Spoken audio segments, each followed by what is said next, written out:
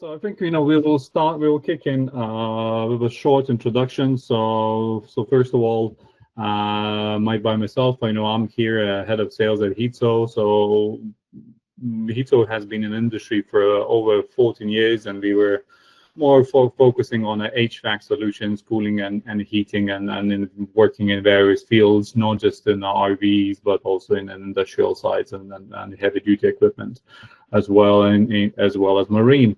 So we try to have quite wide a range of products, and today we have a pleasure, to have Nick on board here with us. So Nick is the director and owner, I guess, of Diesel Heat, and he's a man who made a magic work, and we'll come to the details of how the system is.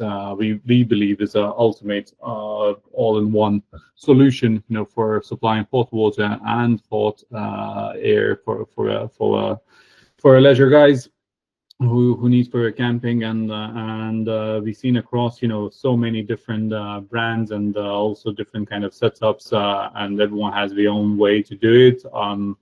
I don't think there's a wrong or right thing. You can compare things where maybe at some points you need a bit of more customization. At some points you maybe want to have more system incomplete. So the diesel heat system, the DH15, I think this is something what should really well goes in with a saving, user interference and a control, and giving that freedom, for a customer to have a little bit customization as well, where we can have not just hot air blower, but we can also run the ducted outlets, and hide it away for a better heat distribution, as well as on-demand hot water supply, and floor heating is that something very popular, where people tend to do. So Nick, if you don't mind, just briefly introduce yourself about your business, and then we'll kick on with the details.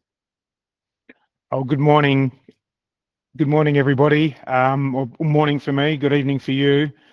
By way of introduction, we're Diesel Heat. We're tucked away down in Tasmania at the southern tip of Australia, and we specialise in product development of all things diesel. So we sell diesel cookers, diesel air heaters and diesel hot water systems, but we've made a real focus on the diesel hot water systems and trying to develop the best sort of package combo system that we can, and I think it is one of the best ones on the market.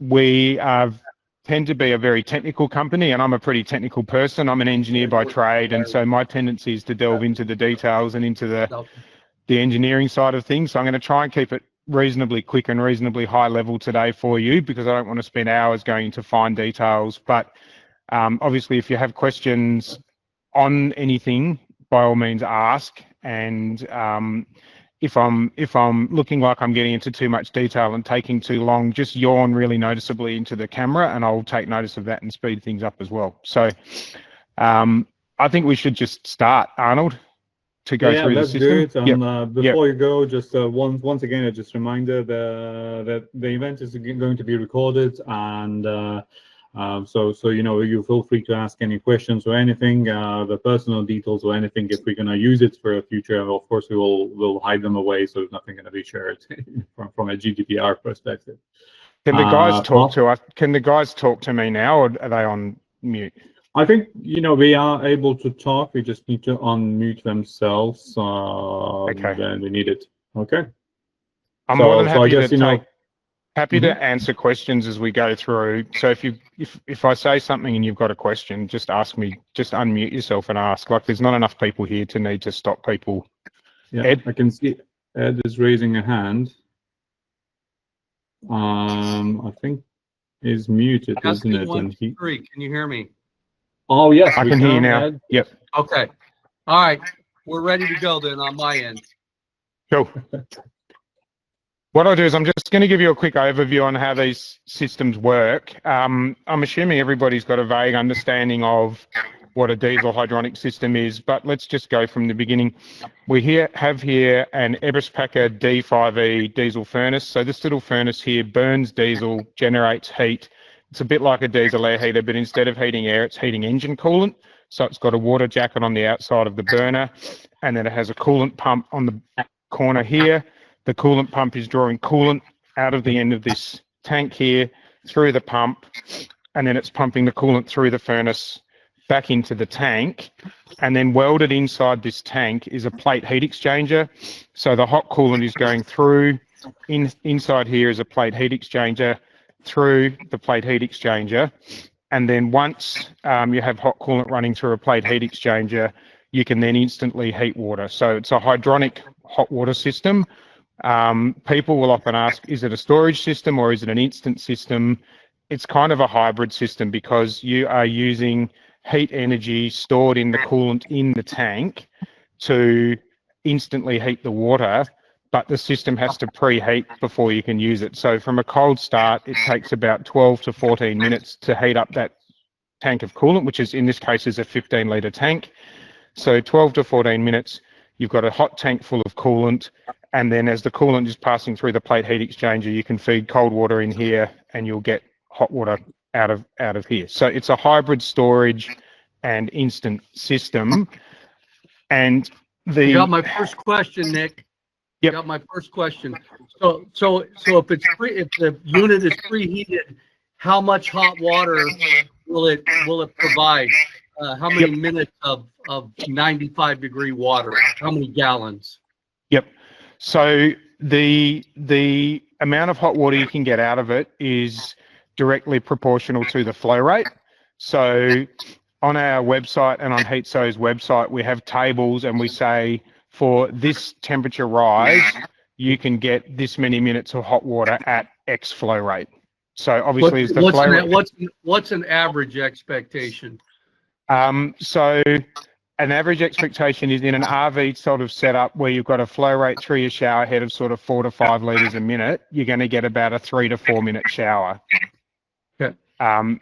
At a slightly lower flow rate, the shower will go out to 6 minutes. If you run sort of a domestic style 8 litre per minute shower, you're going to run out of hot water really quickly because, 8 litres a minute is a huge flow rate for an RV and the system's just going to struggle at that sort of flow rate. So, and the unit is independent of the engine. So you run this to replenish the hot water without starting the vehicle. Is that correct?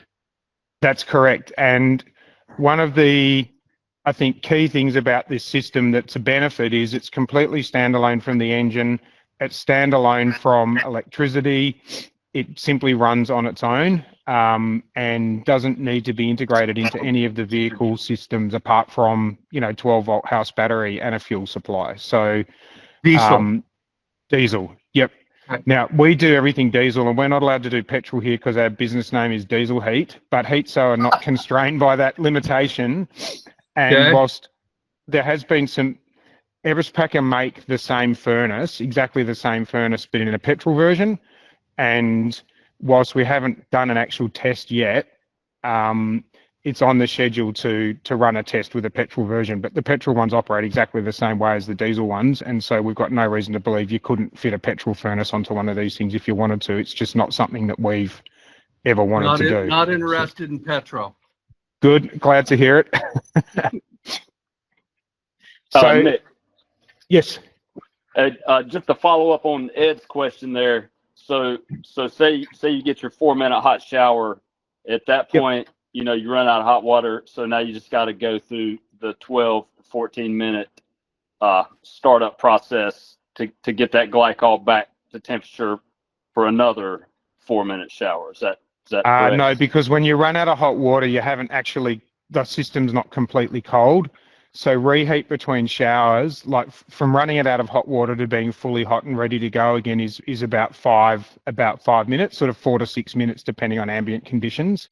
Yeah. So what we find in actual practice is the system will provide more than enough hot water for a decent shower as long as you've got a sensible shower head. And by the time you've had your shower and come out of the shower, and towel yourself off and whatever, by the time the next person gets into the shower, the system's ready to go again. Sounds perfect. And certainly in a van where you might only have a couple of people, it's no problems at all. And we're putting these systems into 20-foot family caravans here in Australia, and families are using them, and having adequate hot water and finding that they're working really well, even in sort of more demanding family, bigger caravans, bigger water tanks, sort of bigger expectations, and we're still getting away with them with no problems. So I think the numbers are all on the website, but the experience is that they are providing enough hot water. Obviously, like any hot water system, in warm conditions they do better. In cold conditions, the performance reduces a little bit because incoming water temperatures are lower. But there's also enough kind of safety factor in the specs and enough conservatism in the specs that in most situations they're meeting people's expectations. So. Awesome, thank you. How much does the unit weigh, and what are the dimensions on size? The weight of the unit, so this thing in my hands here is around 18 kilos. One of the reasons why it's heavy is because we make things to last. So the outer tank is 1.6 mil 316 stainless steel. It's then insulated, and there's an inner tank that's 2 mil 316 stainless steel. So it's built very solidly and built to stand the test of time. And then on top of that, you'll add 15 litres of coolant. So, add 15 kilos once it's wet, full and wet. Are these specs on your information on your website? Yeah, absolutely. Everything is on our website, and I'm assuming everything's on the Heatso website as well, Arnold. But you could always, anything that was missing off the Heatso one, you could look at our Diesel Heat website and then go back to them to buy it. And over time, I'm sure we'll be adding more information to their site if you're noticing anything's deficient. But everything you need to know in terms of detailed dimensions, drawings. We can also provide CAD files, like outline CAD files. So if you're designing your stuff in CAD, we can provide you with a CAD file that allows you to fit it in. For the enclosure building, you have CAD files ready for that? When you say that, no, we've got a CAD file of our system. Is that what you mean? No, I was wondering. What we do is we build enclosures for all the different components. So my real question is, what are the dimensions on that? And if you could give them to me in inches, that would be helpful. I can definitely follow up afterwards, but I'll have to, because obviously all our dimensions are metric, and so I'll have to get them converted for you. So it's probably better if we follow up and give you something properly. Certainly I can't do it. Looks about probably 14 inches to me, but I don't really know what these inch things are that well. So just a link to the specs would be great. That would be great. Yep. We'll follow up through Arnold afterwards and come back to you with those. All right. I'll keep moving on. So basically, because we've then got this diesel furnace pumping out hot coolant, we can then use that hot coolant to run an air heater. So I'll just show you what we're using for an air heater. So any air heater you're going to run off a hydronic system is going to be a bit like the air heater in your car. It's got a aluminium and copper coil, like a radiator, and then a fan. And we've spent a lot of time mucking around in the market, looking at air heaters. There's commercially available air heaters made by Calori in Europe and companies like that. What we found is almost all those air heaters use a computer style fan, and they're quite noisy. And so in the end, we said, look, these things are too noisy. You can't sleep with them turned on. And so we developed our own air heaters. And so we've sourced a very nice, very quiet EC controlled drum style fan. And then we also have heat coils, which are much deeper, and they're also copper and aluminium, so sort of old style quality copper and aluminium coils. And by doing that, we've come up with a heater that's relatively compact, but also very, very quiet. And so to give an idea, Calori make a Silencio 2 base fixed heater, and when that thing's on flat out, it runs at about 60 decibels. This heater here, which is not quite as powerful as that Calori one, but it's almost the same heat output, runs at 51 decibels. And so, if you're in a van and it's cold, you'll be able to hear this thing running when it's warming the van up. But as the van warms up and it throttles back from full power, you know, you're going to hear it, but it's extremely quiet, and you can certainly sleep on top of it without it disturbing you. Go ahead. What kind of thermostatic control does it have? A console, an app?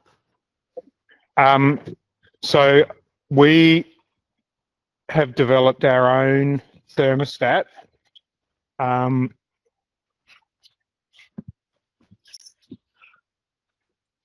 Your questions are getting me out of order, Ed, but I can show it to you since you've asked. I do that to everybody. Yeah, no, that's all right. It's good. I'd rather have questions than everybody looking at me like I'm not interesting at all. So we have a little thermostat here. I will do a little demonstration of this towards the end of the presentation. Basically, the thermostat fits on the wall.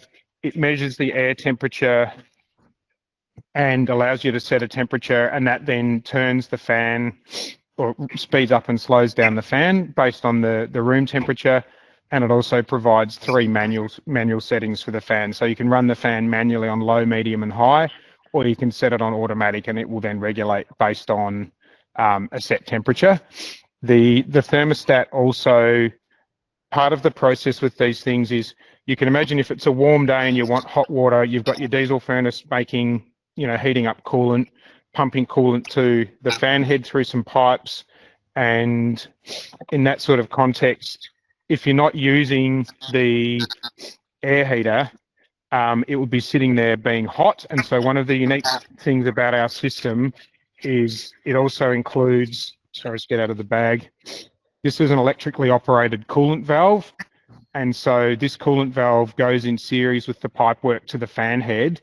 And so when you're not using the fan head, it shuts the fan head down, stopping the coolant flow through the pipes and through that aluminium and copper, you know, heating unit, which means it's not sitting there putting heat into your cupboard or heat into your van when you're not using the heater. So the thermostat that I showed you before includes the wiring and the output to operate this valve, so that when you turn on the fan, it also turns on the coolant flow at the same time. And is your control console app friendly, or does it have a remote? It's just super simple, just on the wall. At this point in time, we've kind of gone the other way from all that. When we developed it, we started off with a sort of basic pre-made thermostat and developed from that point in time. And we actually took out programming. Like, you can't program a calendar. You can't really do anything except operate the system in a very simple manner. And we did that very deliberately, because what I've found over the years is, and particularly using, for example, the native Everest Packer controllers, you know, they've got a lot of features in them. And then we get a lot of calls from people. A lot of our customers are what I would call grey nomads. They're older, and they struggle to learn and understand the complexities of a complex controller. And so we sort of went the other way, and we said, right, we want this thing to be as simple and easy to operate as possible. And so we've gone with something that I will show you one working in a sec, that is very, very easy to use to minimize sort of confusion amongst customers. But that said, right, no apps, no complicated programming, just really straightforward operation. So if the client is in bed and they have the thermostat set at 70 and they're too hot, they have to get up to adjust it. At this point in time, they do. Yes. Yep. Okay. Yep. All right. I mean, Ed, the only thing I will say on that, and you know, thanks for the little segue there. The next version of our, I'm not sure in the US how the trends are moving in terms of control systems, but in Australia, there's definitely a trend towards having like a Garmin screen. We have another company here called Red Arc, who I think sell a little bit of stuff in the US.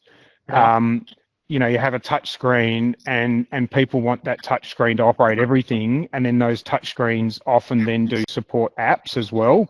Right. So the next version of our controller will not have a screen, but it'll be a little box that sits down beside the hot water system, and it will then talk to the Red Arc Garmin, you know, other screen, you know, centralizing screen system.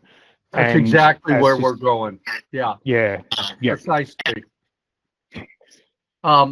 You know, I think the trend here is that the clients, these gray-haired old turds with expendable income, they want it simple, but they also want it all in one. So if they Yep. can control their audio book and their heater, and it's real simple, that's what they prefer, and they're willing to pay for it. yep, yep.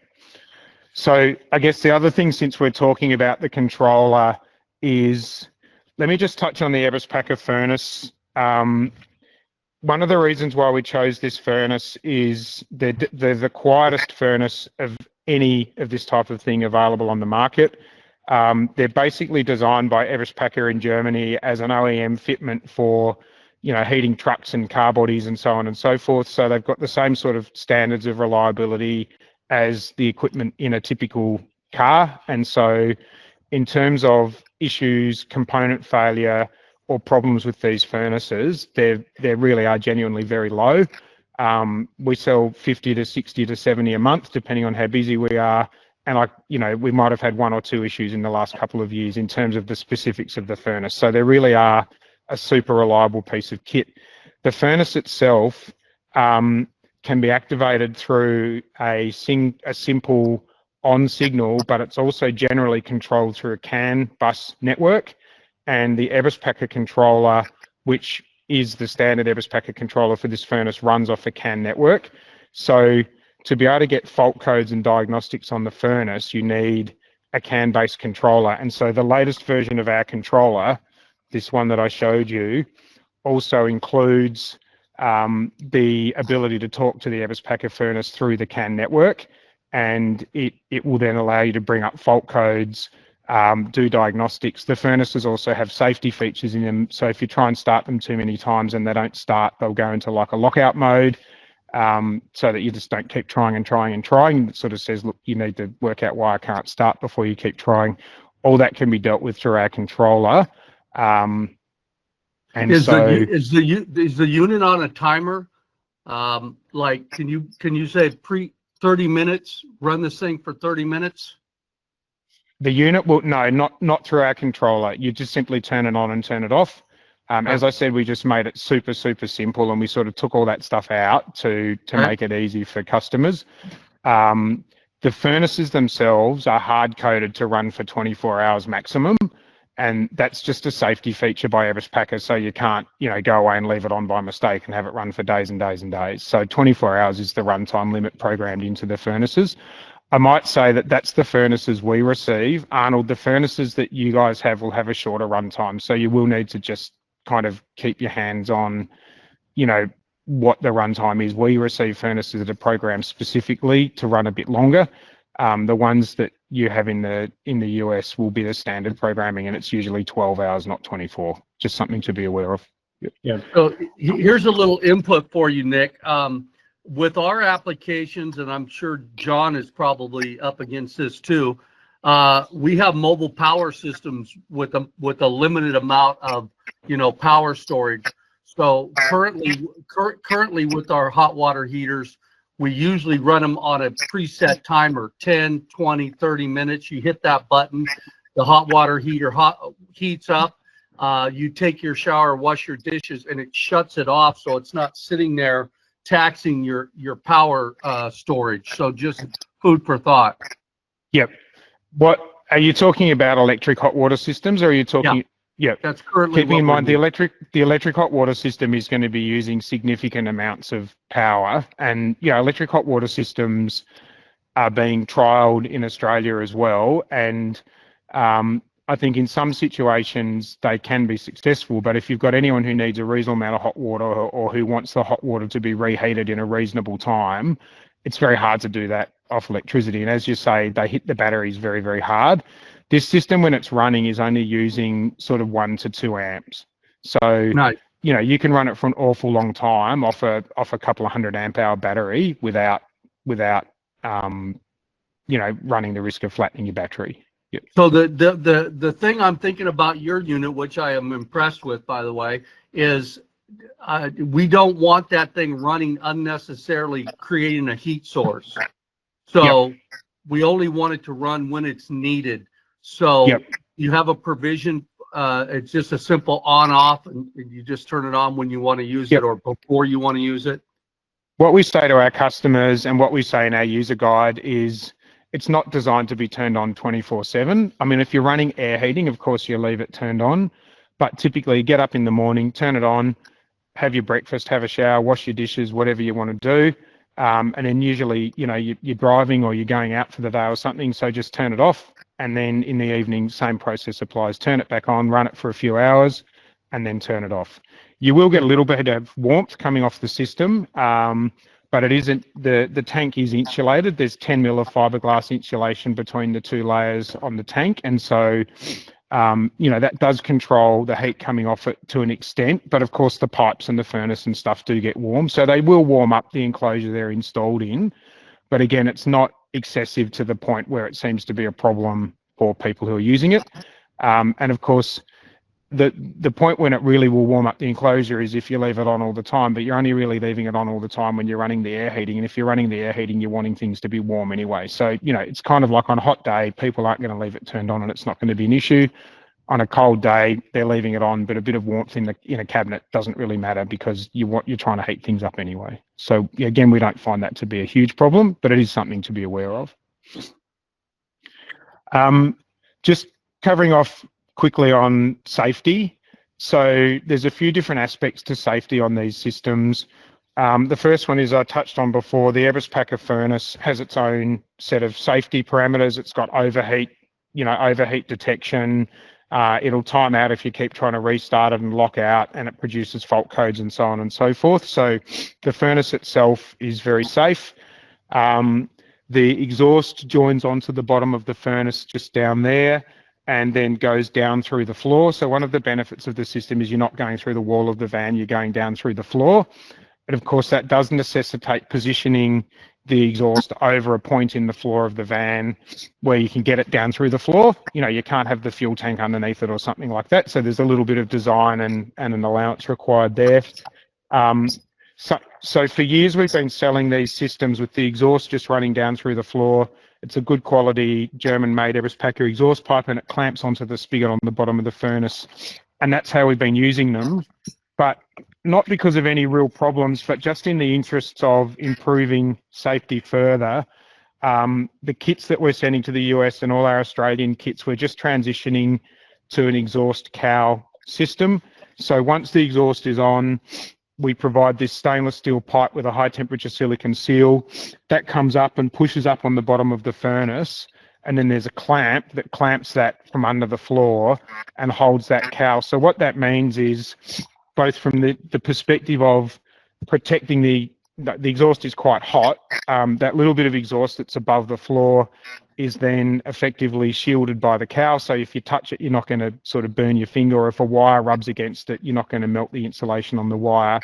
But also if there's any issue with that connection on the spigot of the furnace, like it came loose or something happened to it, any exhaust leak would then leak outside, not inside. And so that's the next thing and that's something we're changing at the moment. And certainly the kits we're shipping to the US have that new system set up with the exhaust cowl. So that's the next thing on safety. Does it require a muffler on the outside? Yes. Yeah. The kit includes a muffler. I can show that to you here. It's pretty much the same as a diesel heater muffler, but just slightly bigger. Again, one of the reasons why these things are very quiet is because they come with a really good muffler, and that keeps the outside noise to a minimum. The air intake, that is the air intake silencer there, so that's already mounted on the system, and again, that makes a huge difference to the induction noise. We always leave the air intakes inside, so you don't have to do anything with that. There's no real reason to put it outside, and I'm sure in the US you guys have dust as well as we do here. If you run your air intake outside, you run the risk of the machine sucking in dust, and so we always advise just leave it inside. Just going back to safety, the next thing we have on the system is a tempering valve. So because the coolant gets up to 80 degrees, we can't have hot water coming out of the system at 80 degrees and potentially burning people. So the system has an integrated tempering valve. So this is taking a cold water feed and the hot water feed. Excellent. And so what's coming out of here is regulated And by it's default at 50. You preset it to where you like it, and it's adjustable from there. Is that correct? Yeah, they come out of the factory set at 50 and they can be wound up to 55. That's centigrade. Again, I have to convert that to Fahrenheit, but it's typical, it's the same thing you'd have on a house in terms of control of water temperature. That's a great feature for the shower. Yep.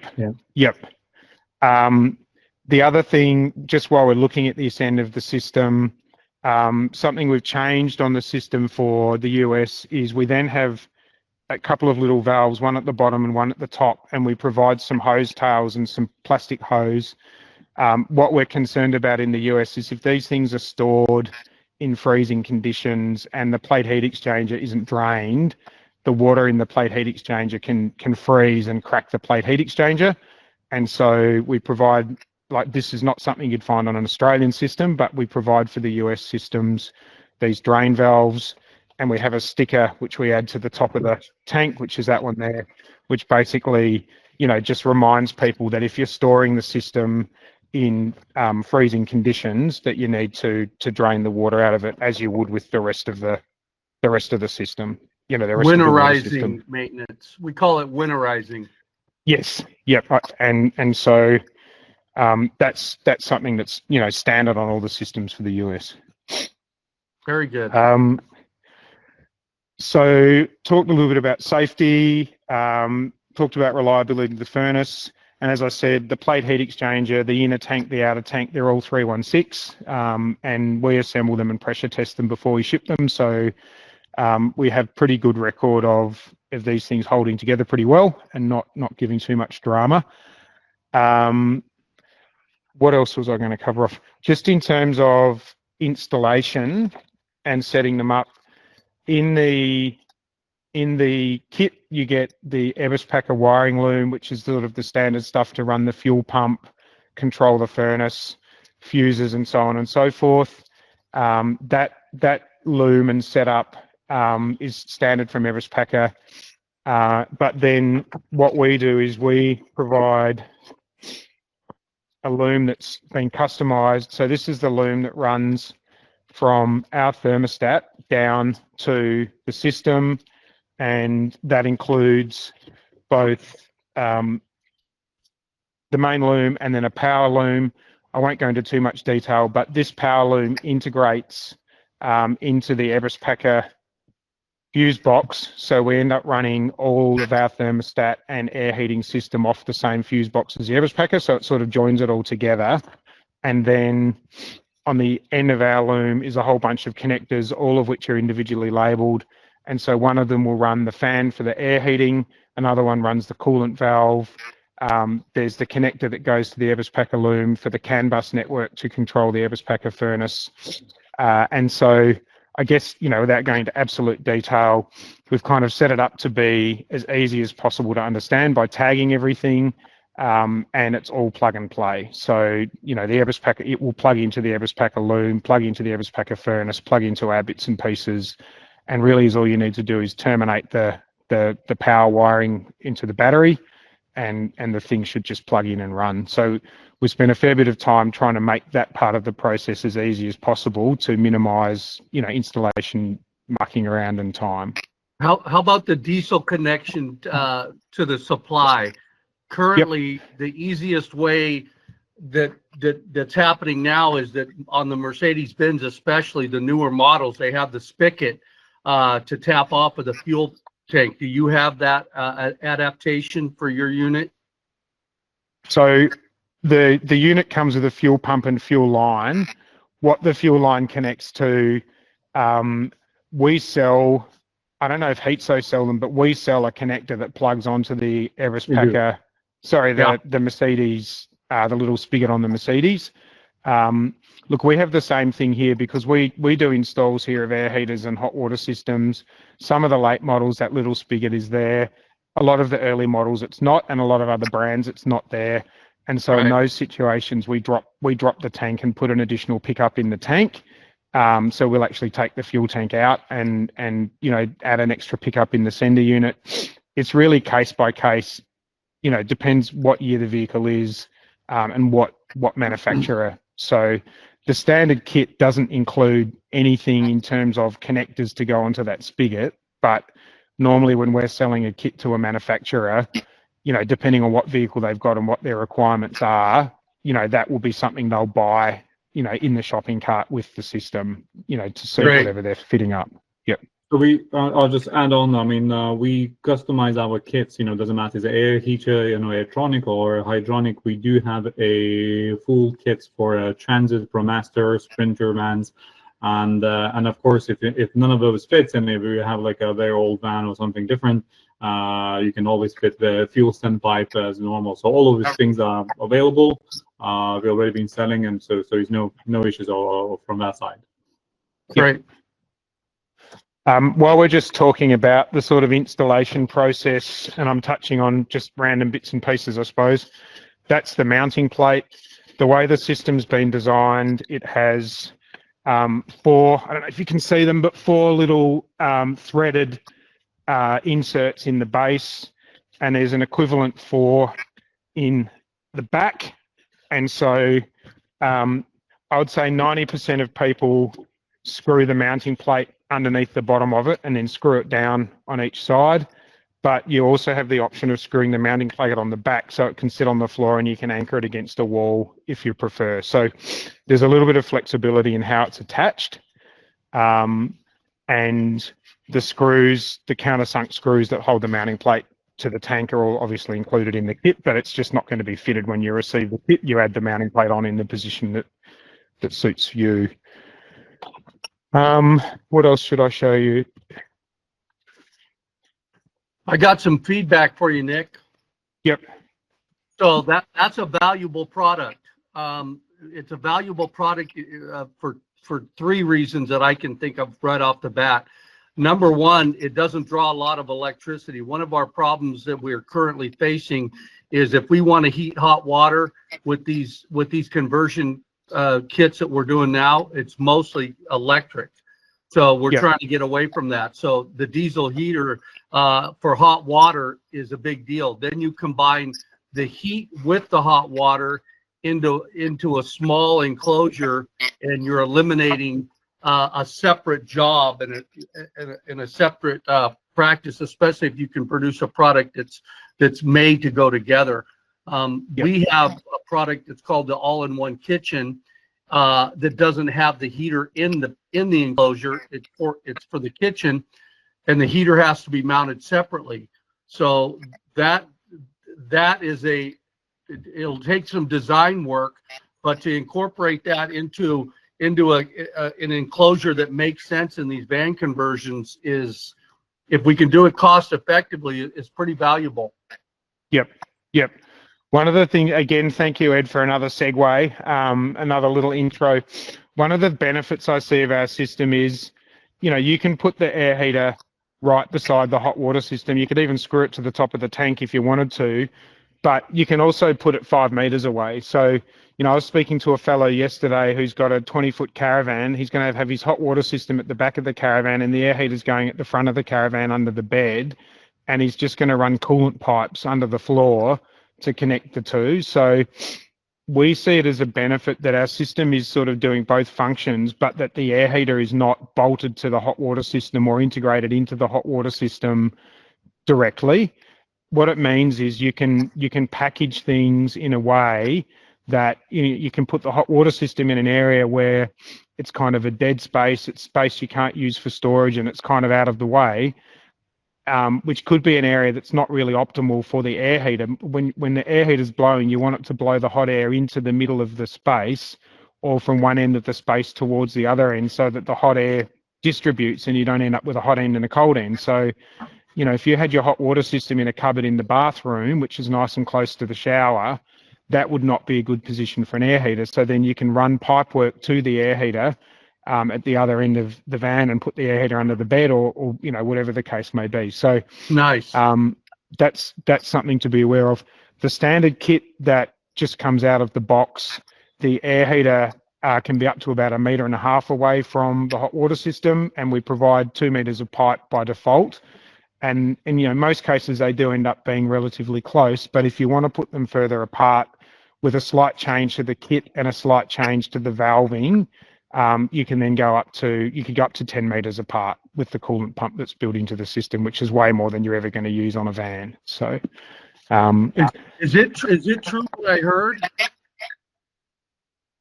I heard Arnold sending anybody that participated in this Zoom call a test unit so we can prototype a new unit. Is that true? I will need to check with all these details, you know that.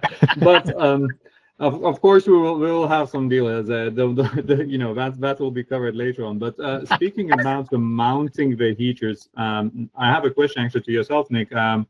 I spoke with one of my customers a couple of weeks ago. He bought the system from us. He is super happy, but he actually used the heater under the van. I mean, the water plate exchanger of the wall header tank, he kept it as it is, but he wanted to save space, and then he mounted the heater obviously externally outside the van, and then just routed all the duct, you know, all the plumbing. So everything works fine. He's more than happy. But any pros and cons on doing that? So what are you saying is he basically took the furnace off the tank and moved the furnace and you know, mounted that along the chassis on the van. So I have a few thoughts about that. One is you can definitely do that from the perspective of the furnace. The furnace is all IP64 rated. It's designed to be in the engine bay of a truck or along a chassis rail or something like that. There's no reason why it has to be inside from the sort of perspective of its reliability or longevity. In Australia, I wouldn't recommend it because it usually puts the air intake for the furnace outside, and almost all motorhomes in Australia end up driving on dusty roads. And so, you know, but that may not be true for Europe, and I'm not so sure about the US, you know, but we just have a lot of really long dusty roads here. And so dust is something we think about quite a lot. The only other thing I'll say about putting the furnace outside is it's a lot more work to install it. So, you know, if the benefits for you make it worthwhile to do that work to install the furnace outside, by all means do it. We do occasionally sell kits or ship kits where the furnace is not installed on the tank because people want to do that. But if people ask me about it, if they're just putting it outside because they're nervous about having this thing inside, you know, having something burning diesel inside, they've got a perception that there's a problem with that. Usually I'll try and sort of allay their fears and say, look, really, you know, these things are not a problem inside. They're quiet, they're safe. You know, don't put it outside and go through all that extra work of routing the pipes and working under your van, doing all this work under the van in a less convenient position, unless there's a really, you know, strong reason to do it. We've got a van manufacturer who's using our system in Melbourne here. The guy's an absolute sort of super passionate about space use, and he mounts the entire system under the floor. They make a big steel mounting system, and they suspend, you know, they push the whole system up behind the fuel tank in the van because he doesn't want to use a single square centimetre of space inside the van for something as boring as a hot water system. And so he insists on it being outside, but he's paying a pretty significant cost penalty in terms of installation time and effort to achieve that. But that's his philosophy. So yeah, the answer is yes, you can do it, but it's going to just take more time and effort than just dropping it on the floor inside. Okay. It's just great to know it, you know, in case you need that extra space, you know. Yep, definitely something, you know, it can be considered. And certainly, like if there was someone there who wanted to, you know, do those split up installations, you know, it would definitely be feasible to provide kits with the furnaces not already pre-installed so that you're not having to sort of pull it apart to then be able to reassemble it. You know, it can be provided in two components. Yep. Just in terms of, I was just going to show very quickly the controller. This is not actually plugged into anything, but I'll just show quickly what it looks like. So can you even see that? Yep. So the controller comes on. It's very, very simple. You can turn it on. It'll show an air temperature. You can turn the air temperature up and down, which will then regulate the temperature. The furnace turns on by turning on that, and the little furnace symbol comes on. and the fan is literally low, medium, high, and off. One thing that is important to note is this is defaulted to centigrade, but there are parameters you can set on this controller. There's quite a few things you can change, and one of them is it does also show Fahrenheit. So it is, it would need to be set when you install it, but you can easily flick it over to showing Fahrenheit, which I know is super important. How is it mounted to the wall? It just has a little steel bracket. So you drill a 70mm hole in the wall. It has a little steel bracket that you screw to the wall, and then it just sort of slips in and drops down. At the moment, this current version has a bump on the back of it, so you do need a little bit of depth. In about a year's time or so, we'll have another version that, like, we're working on a version that doesn't have that bump, so that'll just face surface mount. So, like all these things, you design something and you build it and it works, and then you think of a better way of doing it, and then you change it and make it better, and so that's the Every process day. we go through. Yep. So I have to go, but I just want to ask a request. Arnold, can you send me a link to the spec sheet and the pricing sheet on this stuff, please, Absolutely. after the call? And thank you both very much. And I'm gonna bug out now, but I'm impressed, and I'll probably try to get a free one from Arnold. Thanks, Ed, and thank you, Ed, for all your questions. Much appreciate all the questions. That's super helpful for me. Thank you. See you, John. See you. Right. So Look, I don't want to keep going on about this for too long. Is anyone got anything else? Any other questions or anything they'd like to have me cover off? I do, but I might give an honor to John if he has any for to begin, because I have some additional questions. Yeah, so I'm still in the process of installing mine. It's just a slow process because I work all the time. But yeah, really, so far my installation has gone well. I guess I must have just missed the exhaust sleeve. I didn't get that. I kind of built me one out of some 1.25 inch steel conduit. Yep. But something similar to that. But yeah, so far I've got the fuel. I've got it all put together, and the fuel line hooked up to the fuel tank, and I got the exhaust ran. So all I've got is glycol lines to the heat box. Yep. My plumbing and the electrical. I guess. Yep. Let's see. One question. Let me show you. I got this one part that I don't know what it is. Hopefully, I'm going to know. Yeah. All right. So I think these came with the exhaust system. Yep. Part, and I'm really not sure what to do with it. I don't know if it's important. Chances are you're not going to use it. So the installation, the Everest Packer installation kit is a general installation kit for different purposes, and so. Yes. We do take some bits out that we know you won't use, but we leave in some bits. Like if you needed to pass the exhaust through like a sheet metal, through a wall that was sheet metal or something, that's like a grommet that you can use. But yeah, realistically speaking, on a van installation, you're not going to use it. It's just one of those bits that's in the box that you probably won't use. All right, thanks. Yeah, and I guess the only other question I have is, you were talking earlier about the controller, and it's very simple. I feel like I remember when I was just looking at the wiring harness, there was a place for just a traditional on-off manual switch. Can you wire that in addition to the controller, just like as an emergency backup, kind of turn it on switch? Yes, you definitely can. The Everest Packer loom has provision for an activation signal. Which means there's a wire, like it's either going to be yellow or blue wire, that if you put 12 volts into it, via a switch, it'll turn the furnace on. The only thing is, if you do that, you'll get on the screen of our thermostat, you will get like an alert symbol. So Everest Packer don't support using an on-off switch and the CAN controller at the same time. It'll work, but you'll see a little alert triangle on the screen of our controller because the furnace will go into like a, hey, there's something not right here mode. But it will actually still work. So, yeah. Okay. the thing would be if you don't turn on both things at the same time. If our thermostat was turned off and you turned on the switch, it would be fine. And if you use our thermostat and the switch was turned off, it will be fine. But if you happen to turn them both on, you're going to see an alert on the screen of our thermostat. Yeah, I would be looking at it as more of just an emergency kind of backup switch. Yep. But okay, perfect. Thanks. Yeah, so here's my unit.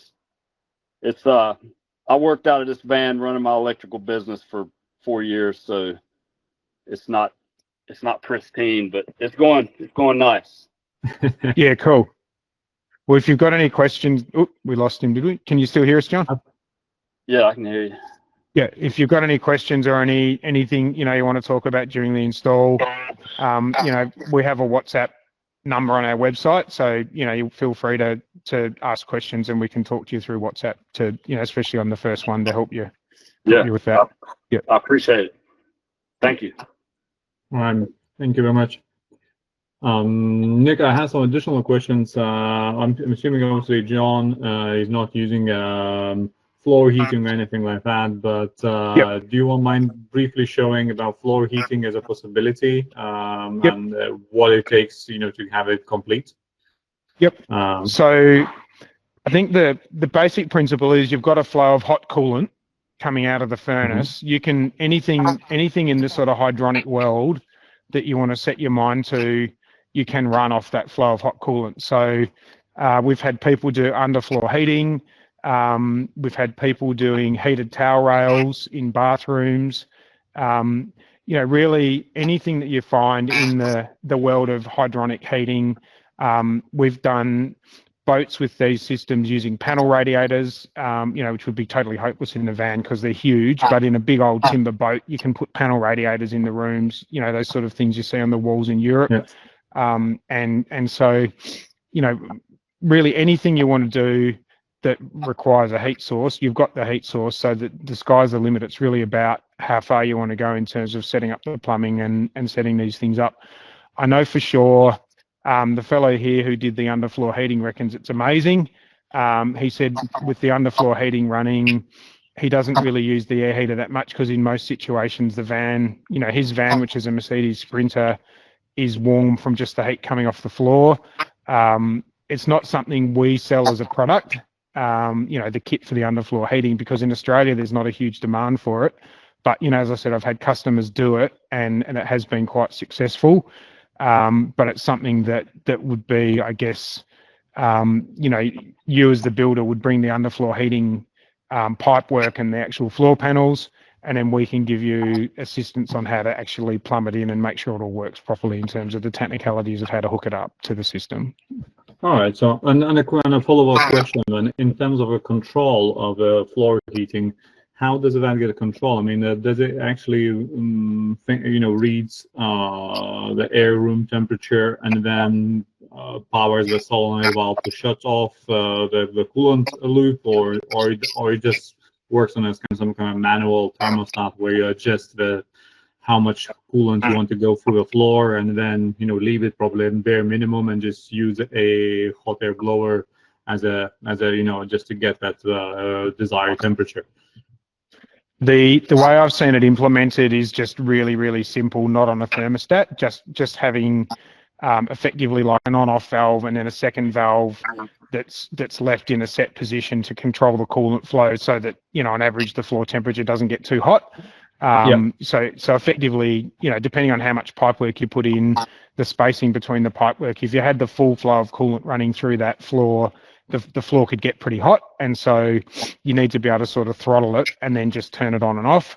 And so then if you have like a base amount of heat coming off the floor, you can set the air temperature on our thermostat, and the blower will sort of top up to hold the temperature, the desired temperature. But again, there's a few different ways to skin that cat. You could set up thermostat, floor heating thermostats.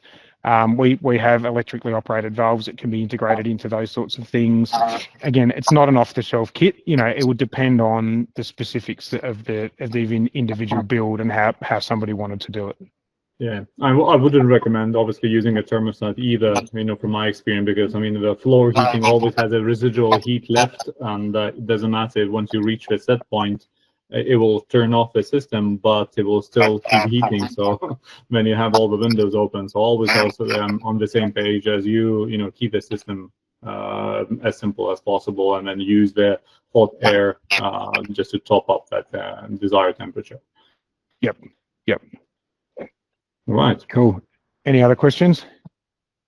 The last one, I mean, the other feedback which one we were getting from our customer was about a plumbing, plumbing the domestic water, into a valve. So are they based on obviously Australian diameters, or are they already been adjusted for American markets? So, funnily enough, the inlet and outlet threads are 1/2-inch BSP, but it just happens that 1/2-inch BSP is identical to 1/2-inch NPT, and so we're just really lucky that those two thread sizes are identical at the 1/2-inch size. And so, as I understand it, 1/2-inch NPT is the sort of default standard for plumbing fittings in the US. 1/2-inch BSP is in UK and Australia, but they're interchangeable. And so customers should be able to buy very standard 1/2-inch NPT to PEX adapters, or put up 1/2-inch NPT to a hose tail and clamp a plastic hose onto those fittings very easily. Okay, that's brilliant. Thank you. And the last question I have about the controller itself, in terms of as for heaters, they tend to work at the higher altitudes, but you do need to switch them on to the high altitude mode. So when we spoke last time, the new controller will have that feature to operate in a high altitude, isn't it?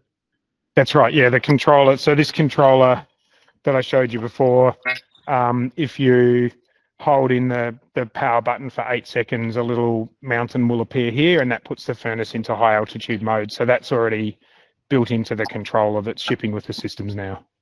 Okay, John, a quick question for you, sir. Do you still have the same controller as you see now with Nick showing, or you have a other one? I have.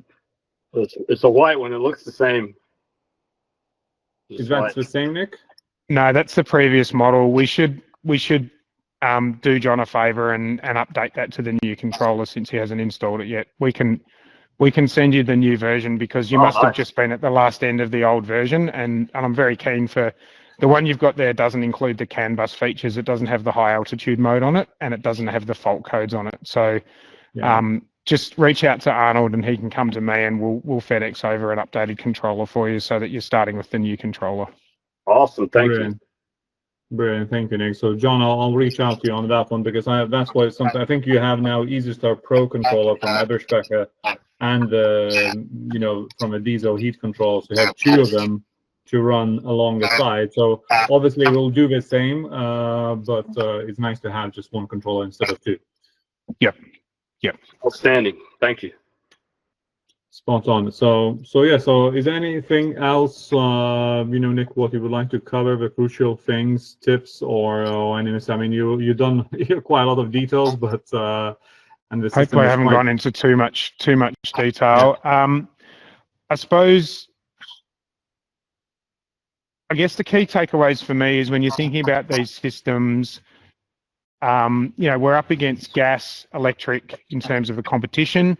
I think the key benefit, as we see it, is you've got this system. You're integrating the hot air and the water heating. The benefits over electric are it just takes a huge load off your batteries, and the reheat times are significantly faster. The benefits over gas, that you don't have to lug gas bottles. In Australia, gas availability is a bit of a question mark. I'm not sure about the US. And also gas compliance and fitting out vans with gas appliances has become very complicated and expensive in Australia. So, we see the way of the world as being, electric cooking, electric fridge, diesel hot water and diesel air heating, because that's the sort of real heavy load on the system. And not running gas of any description at all. People here are even running electric Webers and stuff like that these days. So gas is just going by the wayside in Australia. And so, I guess that's where we see the system positioned in terms of trying to displace the electric systems, displace the gas systems, and do the heavy lifting with a fuel you're already carrying, and having that single fuel, and not smashing your batteries by trying to heat hot water off your batteries. So that's kind of where I see it. Its position in the market. And I guess the other thing to take away is, we're constantly developing our system. Things change reasonably regularly, and it's just a constant process of, all right, what's working, what's giving people trouble, and what can we do to engineer out, things that might give trouble in the system. So, we're a long way down that road now. We have a very high degree of reliability. Of course, we're not perfect, but we try to be. But, we're working with a very long-lasting, reliable furnace. We're working with good welding and good metalwork to hold the system together. And, everything's about something that's going to go in and give the customer a long-term reliable product, and something that should, kind of last the life of the van, not something that's going to last 3 years and be thrown away. That's not what we're interested in doing. So, we're not aiming to be the cheapest, but we're aiming to be the best. That's where we're trying to sit this product. That's brilliant. Thank you, Nick. So, and that was probably my final question about the reliability and how long you have these systems running on a road, and obviously it's been tested through the time, and I'm assuming there is no real maintenance with them in general. I mean, I'm not talking about the heater part itself, but just your side, the water plate exchanger, the header tanks, or anything. Does it require, let's say, change of a coolant regularly, or flush it out, or anything like that? Or just so they can run? The coolant should be changed just in accordance with the manufacturer's recommendations. So, if the bottle of coolant says change it after 5 years, then change it after 5 years. That's all you really need to do with the tank. The Evis Packer furnaces have a 3,000-hour service interval, which is a lot of runtime. Sorry, excuse me, a lot of runtime. In reality, we're seeing furnaces doing, as long as they're running on good fuel and they're not full of dust or something else like that, we're seeing run times exceeding 3,000 hours between services. So, the furnaces are proving to meet or exceed Evis Packer's specifications in terms of service intervals. Yeah. Okay, so that's brilliant. So thank you, Nick.